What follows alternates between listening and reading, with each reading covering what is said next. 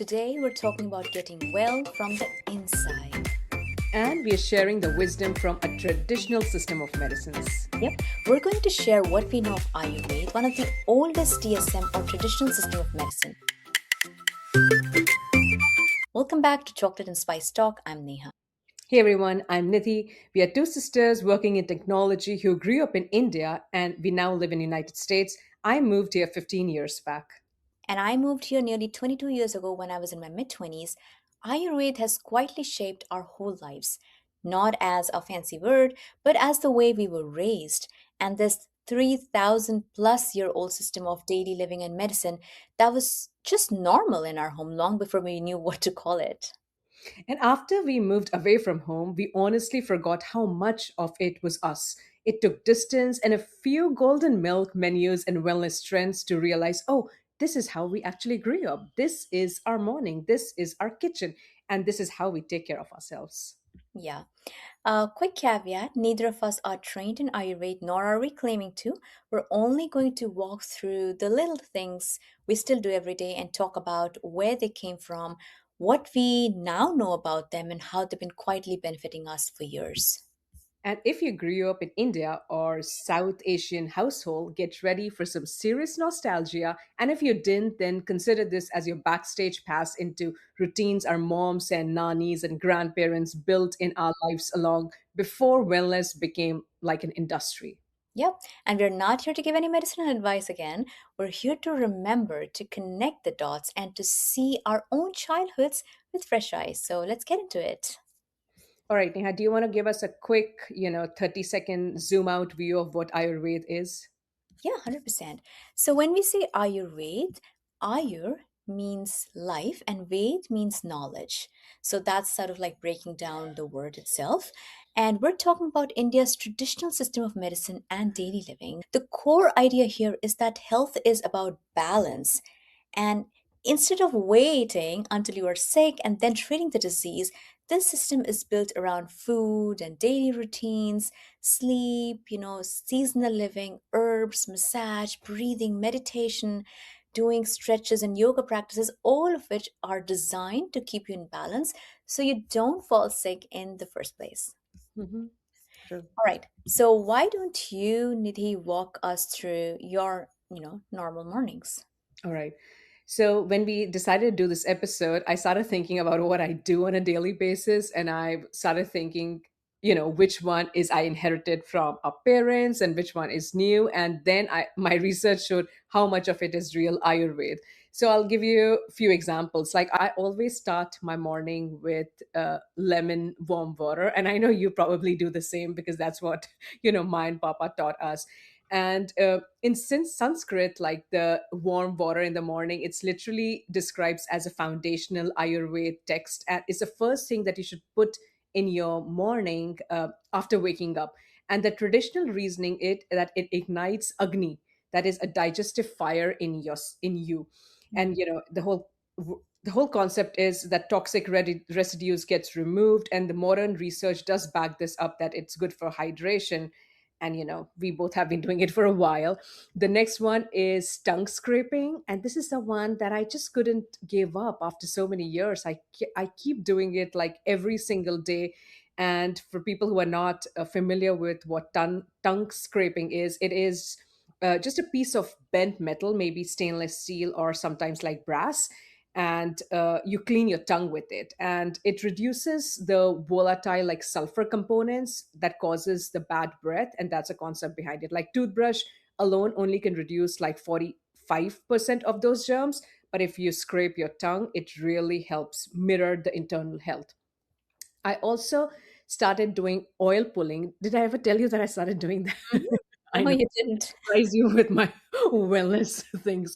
So, what it is like, you put a little bit of like melted oil in your mouth, and you hold the oil, and then you just squish it around for a couple of seconds to a minute, however long you can do it. And it's usually like sesame or coconut oil, and and then you split it out, obviously. And it was designed way before toothbrush or mouthwash came into existence, and supposed to really help oral health. So this is something I don't do it regularly because this needs a lot of focus and the amount of time in the morning to be able to do it. But whenever I'm able to do it, I just feel really good. I also do head oil massage like once a week, and I know we both have been doing it for a while. And then this is just using the knuckles to oil your hair, and it feels good, looks good. Again, it's a part of Ayurveda. And then one other thing from our childhood that I didn't realize was Ayurveda until much later is, if you remember, Papa used to give us handful of nuts, soaked Mm. almonds, almost every day.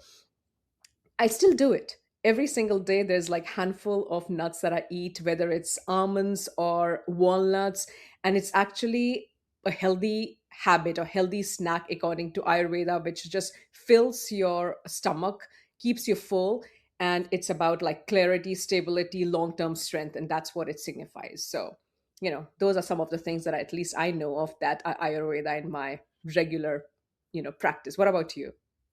Yeah, so for me, similar but different. So again, I think that's the beauty of Ayurveda. Like you and I have interpreted it in our own way based on what we both learned and what worked for our body. So in my case, the first thing I do when I get up is I will have lukewarm water. So I almost, you know me, like I almost never drink cold water unless I have to go out and there's no option. I almost always drink lukewarm water. So I drink lukewarm water first thing in the morning, and then I just like to look at trees and plants. I also do gentle, very gentle stretching and yoga based, stretching on empty stomach. And then the first thing that I eat in the morning has to be nothing cold, no smoothie or shakes or cereal or anything. It has to be freshly cooked vegetable with some rice. So I actually eat rice and vegetable in the morning. And I still remember as a kid when we used to go to our grandmom's place, long, long, long back, of course, people used to have, rice and roti and vegetables for breakfast, freshly made. And I've realized that works the best for me. So I just eat rice and vegetable as my breakfast. And so those are the things like eating hot food, freshly prepared food, and just allowing taking your time to eat it and settling with it. Those are the kind of practices I try to do in the morning. And then once it's the full day, life takes over. Whatever happens at work. And then in the evening is the same thing, like how do I calm down. And we'll talk about some of the other practices we do, but generally the morning is the time when I'm really able to focus on myself and calm down. And I also do a little bit of meditation for a few minutes, which is also just to calm my mind. So those are the related areas. And when I was doing research for this episode, and when you said that you eat vegetables in the morning, like warm, cooked, fresh vegetables, that is actually a part of Ayurveda. I gave that up. I drink a protein smoothie in the morning, but there's a reason behind it because according to Ayurveda, our morning meals should be the heaviest and the evening meals should start becoming like lighter and lighter. So in your way, like your breakfast lunch is probably heavier than anything you eat towards the evening, and I know you have like early dinner. So it actually this is how our body needs to be able to feel good. So Yeah, yeah, absolutely. And the thing that you said about nuts as well, like as you know, the mid-morning snacks that I have actually consists of primarily nuts Mhm. with like dates. So I will usually have dates and nuts and keep it warm, like again, nothing cold, like make maybe, little balls out of it or something like that out of it when I have my coffee or something. And I'm very heavily lean into fruits and nuts as my snacks. So those are things like again to your point, we know as kids we were expected to do, and over time we forgot, and then my body at least told me that's the best way for me to be healthy, and so that's what I've been doing for a while now. And the warm water that you said, and I have never seen you drink cold water ever in my life on all these years that I've known you. And this is, we didn't realize that this was how we were brought up. And this is a part of the digestive system that it does better with warm water. And the reason is when I moved here, even now, when we go to the restaurants, we always say water without ice. At least I Hmm. do that. And Yeah. the thing is, I just cannot drink cold water. I just cannot drink water with ice. I don't, that's how my body has developed. I just cannot do it. And it feels better when I drink warm water. I can drink more of it, unlike cold water. And now I know it's actually a part of Ayurveda too. And obviously it's also upbringing, like, when you were brought up for like 40 years a certain way, you just uh, I think do the so. same I thing think over and so. over. Yeah. Yeah, yeah, yeah. That's what works for our body, and we are conditioned based on, what our ancestors did as well. All Yeah. right, so let's move into some other practices around food related to Ayurveda that we've seen in our household. Yeah. First one, I'll kick us off, and the first one is eating with hands, which is, for some of our listeners, who did not grow up with this, might sound like gross, but for us, it sounds correct because that's how we were brought up. And there is a Ayurveda reasoning behind it, and the fingertips are believed to carry the pranaya. Am I pronouncing it right? Pranay, yeah, yeah, yeah. Pranay, pranay. Absolutely. So it's like life force energy. And eating with your hands like engage all those five elements that Ayurveda recognizes, like earth, water, fire, air, space, through the touch. And that's what it means. You eat, you feel the texture, you feel how warm or hot it is, and it activates digestive enzyme through like neutral signaling to the gut. And our parents still eat with the hands. Somehow over time I gave that up, and it's just convenience. And I don't even know when I stopped using my hand. Obviously I still use my hand for like roti, naan, but the way we were brought up eating with hand, the rice dal, I haven't done it in a while. But yeah. Yeah, yeah, I haven't done it in a while as well. But for us, it's a normal practice. That's the thing. No. It's a normal practice. There's Yeah. no harm. Like we allow I mean, I'm imagining like the bacteria and the food bacteria in the hand, they come together and it's probably easier also on your gut as it goes in. So there might be a lot of rationale behind it, but also it's a practice that's been done for centuries Mhm, and very successfully and has potentially helped a lot of health.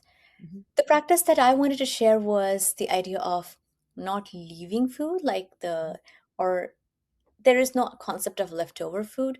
And a lot of that, in the past at least, was because there was no idea of refrigeration. Where are you going to be storing? And especially in India, when the climate is so hot, any food is gonna not last unless you're talking about pickles or dried fruit. It's not gonna last beyond a certain number of hours, and so they would get spoiled. So they're legit bad for your digestive system and your health. And I think that's what the concept is like. Don't leave food behind, because then if you're storing it, it's going to get spoiled. And also now we also know that it is important to eat freshly cooked food, because that has its vital ingredients, its antioxidants and its nutrients far more preserved than if you were to cook it, store it, reheat it, cook it, store it, reheat, and keep doing the process. It loses some of its vitality and nutrients. In India, there's this idea of pran, like it's life force over mhm, time. I cannot say that I do that. I sometimes cook more vegetable, and of course, like with things like rice, sometimes I cook more than I could possibly eat in a single day, to optimize for the rest of the week. Because while working, it's just not possible always to cook from scratch. So, but however, it is obviously a very rational practice that, if done, can be very helpful for health. yeah. Like when we go back home, Ma always says, "Basi khana nahi khana." I mean, leftovers is like, it has lived its life.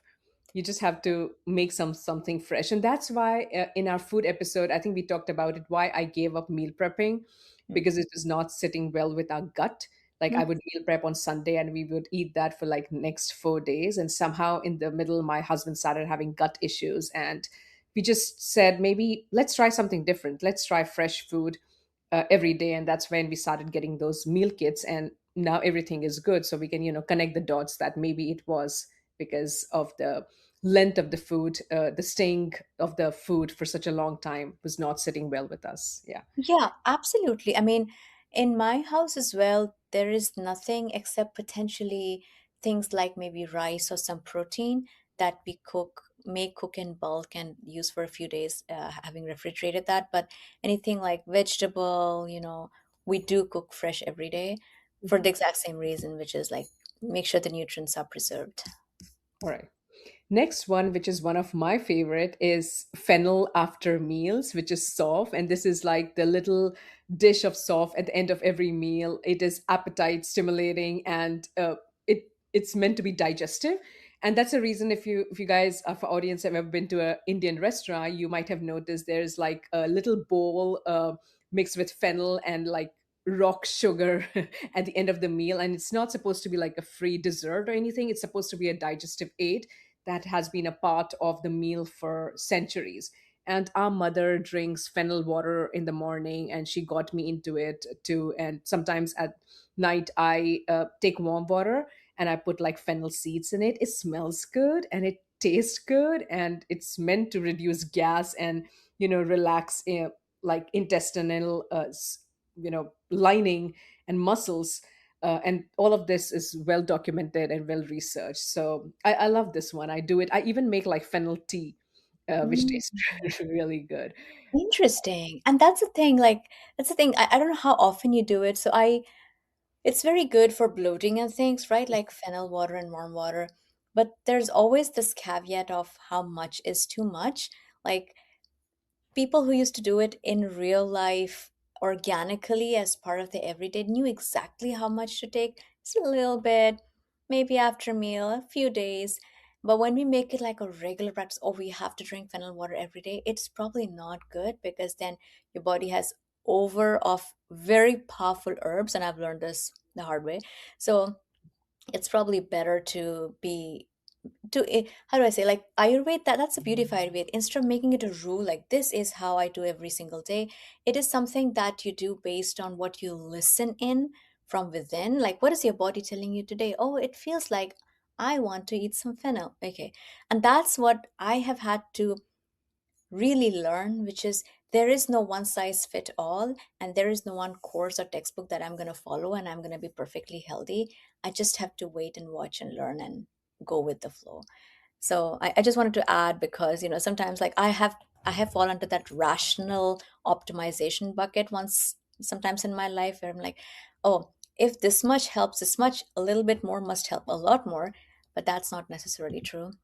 And All right. that's absolutely right. I did that. There is some of these, according to Ayurveda, there is some of these herbs that is also supposed to help produce milk. And when I was breastfeeding, Ma tried a lot to introduce that to help, but I don't think that really helped. It probably helps a lot of people, but all of a sudden introduce that in a diet, it just didn't sit very well with me. The way you said, like soft, and also have a habit of overdoing it.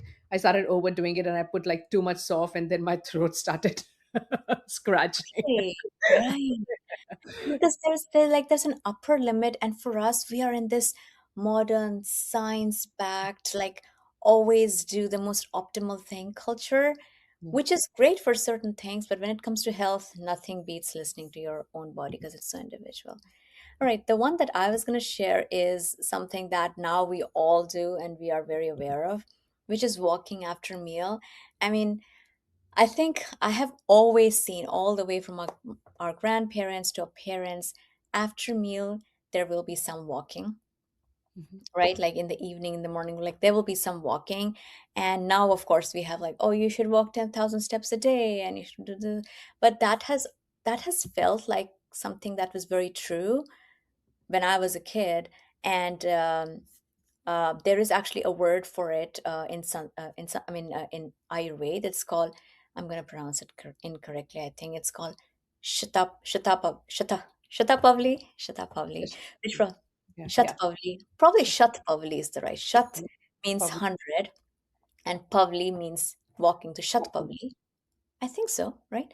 Yeah, Maybe. you So yeah, the idea is, got yeah, you. the idea is just walk, right? Just walk after meal. And now we know, of course, if you're gonna move a bit after meal, no matter what your meal, it helps with your just your glucose regulation and insulin resistance issues and things like that, and just makes your tummy feel good as well. So Mhm, mhm. no harm doing it.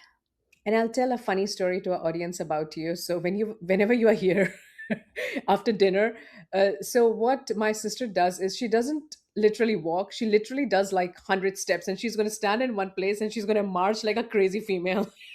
And my husband is like, and he's like, why isn't she just walking around the house? Like, that's a thing. Just leave her alone. She likes doing that. He's always so surprised because I walk and he sees me Oh. pacing. So he's used to seeing me pacing. And he was like, why is she at one place? Just, it's like, it's the same thing. We're moving our body. He's I so know. surprised that you For me, literally. yeah, I think, and you know what? Both these movements have their own advantages, and I've tested both of those out. Like when you're walking around, moving your entire body, it's a different kind of exercise. Whereas what I'm trying to do is I'm trying to move my whole midsection, and I have full control on that. Plus, I optimize because I usually listen to podcasts or something while I'm No. standing. Optimization is another issues we have, which doesn't align with Ayurveda way of slow living because we're always trying to optimize everything. I have this. That's a another episode. I have this very bad habit of optimizing everything, and it doesn't get me anywhere. But anyway, moving on. Moving on to my next favorite that I do it every now and then is turmeric milk, which is haldi doodh, and this is obviously an ancient Ayurveda remedy, and it's used for immunity, sleep, sore throat, inflammation, and whenever I have a cold, I call our ma, and the first thing she says is make some haldi doodh, which is turmeric milk, put some black pepper in it, which is, again has active ingredients, and put some honey. And she says a few other ingredients that I never have at home, and just drink it, and it feels good. It feels warm, and I think it really helps because it do have active components that actually help with immunity and help feel good. And while we're talking about drinks, I also wanted to say that Ayurveda doesn't worship caffeine, but it is big on herbal and spice tea. And I think that is something we all agree of with. Like throughout the day, our parents would drink like cinnamon tea or mint tea or something which is kind of hydrating and helps feel alive. Absolutely. And then there is this other thing which is considered very potent in Indian culture. That's the ginger. It's called adrak in Hindi or ginger. And different ways, like most of our curry or food that's prepared will have turmeric, right? Will have ginger, will have, garlic sometimes. But ginger and turmeric, and with pepper, that's a beautiful combination and is now proven to really help us with increasing our own immunity. So there's the other thing called karha that you know how big a fan I am. Like if I have cold or if I fall sick, you can bet I'm making karha. I'm not eating any other medicine. And the way it is made is just boil water, and in that boiling water I chop adrak, I mean ginger, and I put ginger in that, and then I can put turmeric, I'll put some pepper, I will put some what else do I put? I think yeah, you could put cinnamon and stuff as well. It depends upon the how strong you want to make it. And that's it. That's all I put, and then I cover it and let it simmer for some time, and then when it's kind of ready, just pour it and drink it.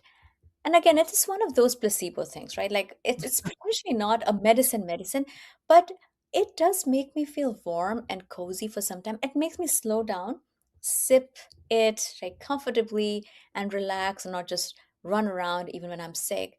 And that I think has a doubling effect. So I do that, and I have seen actual benefits of that. So I do think like this one is a really potent one from There Ayurveda. is research behind it. There are active compounds in it, like anti-inflammatory, anti-nausea effect. And I feel like what you said is the smell, the comfort. It just also brings us, takes us back to our home, which was like a safe space. And when you're sick, you want to feel space and safe and cozy. And I think that always helps. Yeah. Absolutely. Yeah, agreed. But you do take it to the extreme level when you should be taking antibiotic. You keep drinking kara, See, which that is the thing. You know my thoughts like, yes, when the doctor tells me now you need to, and I'm like, okay, but if I'm I gonna be coughing and joked. sneezing, I'll go on my random like, All right. The other one, which most of us practice, is shoe off at the door. So this is this is not there's not a single Ayurved sutra that ties to a broader principle of, like, keeping the shoe at the door, but meaning it basically means cleanliness and purity. The home is considered a sacred space, so you do not bring the outside germs or outside world into it. And there have been research into it, like the University of Arizona study said that there are 400,000 bacteria on an average shoe, and some of them are pretty serious, like E. coli and the pesticides. You take your shoe off, and we all were brought up like this. Like, there was a pile of shoe at our door when we were growing up. Now there's a concept of like a shoe rack at the door. We do this, and then I was listening to a radio while dropping my son to school, and there was a radio person who said that, hey, I hate people who tell us to open the shoe at the door. I don't go to those people's house. And then there are some people who have started giving us those shoe covers Oh. because they don't. And many people are opposed to it, but most people respect it. Like, whenever we have people over, they know that in our house we don't wear shoes, and all of them are respectful. And obviously we're not rigid about it, but we do appreciate when people take care of that, because we care about it. Yeah, yeah. All right. In terms of skincare, I know there is now a lot of things. Oh, Ayurveda skincare and all of that. Honestly, I can't think of anything from our childhood besides putting, oh, I don't know what base, like chickpea flour, like besan with some turmeric, on our skin. Remember, mommy used to sometimes give it to us, and sometimes yogurt or milk and things like that. I cannot say it did anything for my skin. The whole All concept was, interesting. if you can eat it, you can put it on your skin. So Yeah, it's to be safe. Like, it's honey. We used to put so much should honey on our skin, right? Yogurt, as you said, I think you said milk. haldi, right? This milk. So it's safe, it's moisturizing. I don't know if it did anything to us or not. Somehow along the way, I gave all of that up. I don't do any of it. I'm into more modern cosmetic, but our mother still does it. Like, she literally puts Vaseline or whatever, the coconut oil on her face, and she sleeps. And she has better skin than both of us combined. So there must be some truth to it. I think, yeah. I mean, I won't say modern skincare is not great. I mean, there's a lot of research that goes into it, and I think it's very useful. Like I don't oil my hair because it actually did not work on my hair, and I know you do, and it works on your hair. So I stopped oiling my hair decades back, and my hair is as bad or good as it has always been. So it really depends. Like again, that's the beauty of Ayurveda. Here are some potential options, take it or leave it based on how your body responds. And ultimately, what really matters is how are you feeling on the inside? How's your health? Like, how's your energy level? And what are you going to eat and drink? And how are you going to move to ensure that is important? Yeah, exactly. And these are things that we inherited without knowing, right? Like, our ma or our mom, our grandparents, they never use the word Ayurveda, right? Remember, that word did not exist. Everybody around, like, just did it. It was a way of living, and now we say we practice it, but it wasn't a thing. Absolutely. Absolutely. I've never heard of anybody. In fact, our dad's a doctor, Western medicine doctor, right? Trained doctor. And so there was no such concept like, okay, you follow this or you follow that. But it's such an integrated part of our lives in India that you just do it naturally, and you're like, oh, this is how you live. And then, but there is a name for it, and it came from certain set of beliefs that made sense. All right. Did you want to share what you do for your 7-year-old Vikram? Yeah, I do want to pass on some of these things to him. For example, like, no shoe in the house, and he knows it very well. There is germs, there is dirt, and I think a lot of us do it. So he knows that the moment he walks in the door, he has to open his shoe, put it in the shoe rack. There is a Sunday hair oiling ritual that we have in a house. And Nice. Yeah. initially, he was very resistant because he didn't like the smell of the oil, or he just didn't like the greasy feel, because he would roll around. We put the oil, and he would roll around the couch and I would fear there would be oil everywhere. So after putting oil, like we give him like 2 hours, and he's like, "Oh, sit on the dining space, sit on there." So he doesn't like that, but now he enjoys it because he says, "Oh, Mama, it's so relaxing." Like I give him massage, and that feeling of calm and kind of lymphatic massage that I give him, he really likes it. And then when he does start to feel sick, he knows the haldi doodh or turmeric milk is coming, because he also talks to his nani, that is our mom. And whenever she knows, "Oh, Vikram, you're not feeling well, you know what you have to do? I know you not like it very much, but we're going to drink like turmeric milk. I'm going to put some honey in it. I'm going to put some cinnamon in it." So that is something he knows we do. We always walk after dinner, so we try to have like early dinner, and the goal is like we eat like at least 2 hours before we go to bed.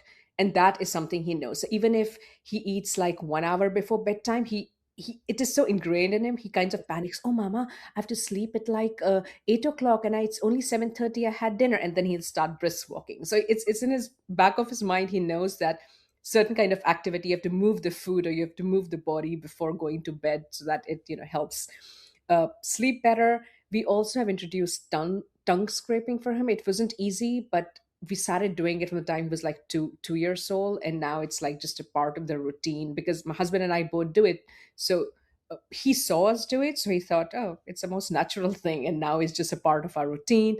And then also dry fruits, like what Papa, our father, introduced to us. One of the snack in the evening is dry fruit. So in a bowl, I just put like some almonds, and he's not a big fan of walnuts because that's a little bitter, but he likes raisins, date, and that's like one of his snacks. So I'm not like teaching him this is Ayurveda, but like the way we were brought up, like this is a way of living. So this is what he's just being introduced, like it's just what he does on a regular basis. When he grows up, probably he'll learn the way we are, because I think for us it was the gift of moving away. For us was that we see what we see now, right? And living away for so many years, it has given us our childhood from a different eyes. That's what we are doing. What our parents were doing was very intentional. We did not know the term for it, but there was a reason behind all of these, and now we have been able to live a good life because of that. So forever grateful. Agreed, 100. Exactly. Like there's so many little things I can think of that have been done. Like, I don't know if you know, but hibiscus is grows all over India, right? It's perfect climate for it. And hibiscus flower can be very, very helpful Mhm. for, like, it is great source of antioxidants. Now we know all of that, of course. I'm like, but I have seen people use hibiscus there in different ways, and it helps you get better faster, of course, with the caveat that there are certain ways of using it or not. So I just think of those little things where how can you integrate what nature's given us, sunshine, water, good food, well cooked food, and things like that, and movement, just slowing down, breathing. How do you integrate that, like the sights and the sounds? And India also, we didn't even talk about all of those, like the smell, right?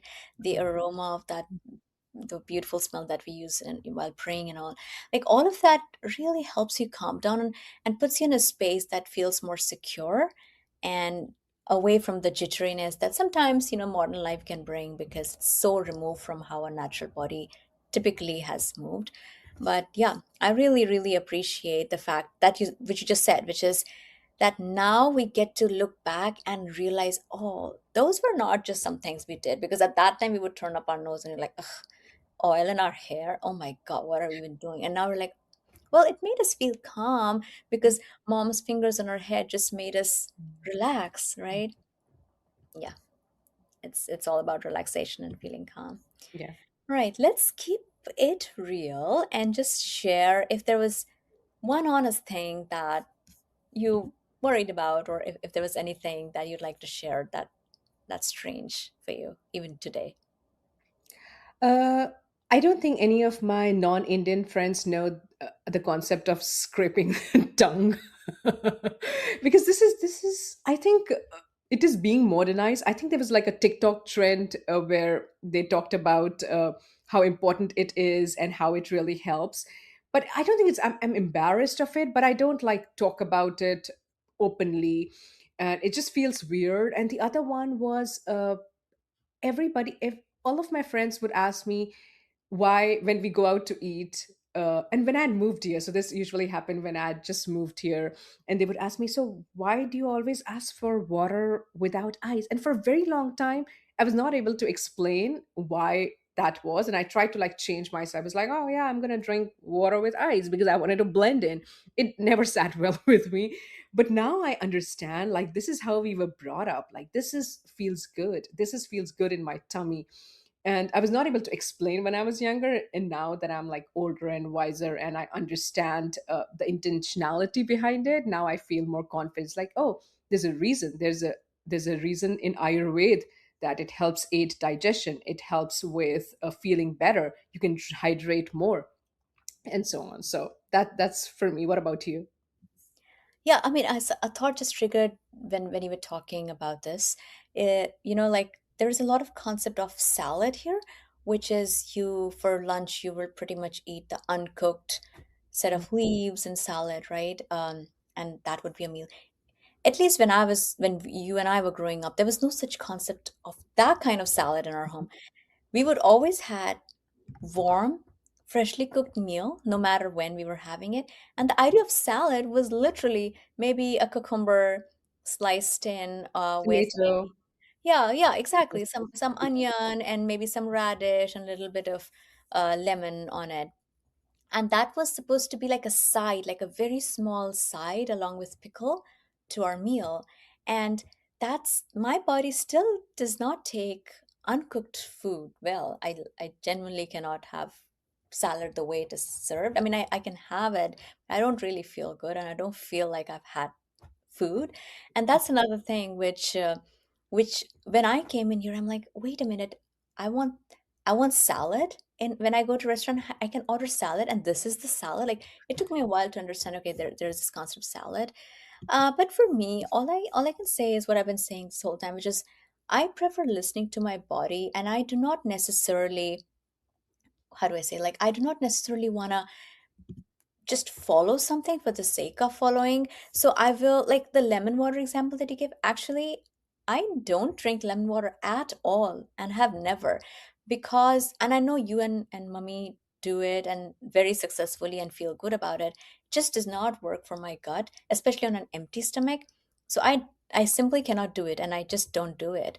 And so what works for me, I pick.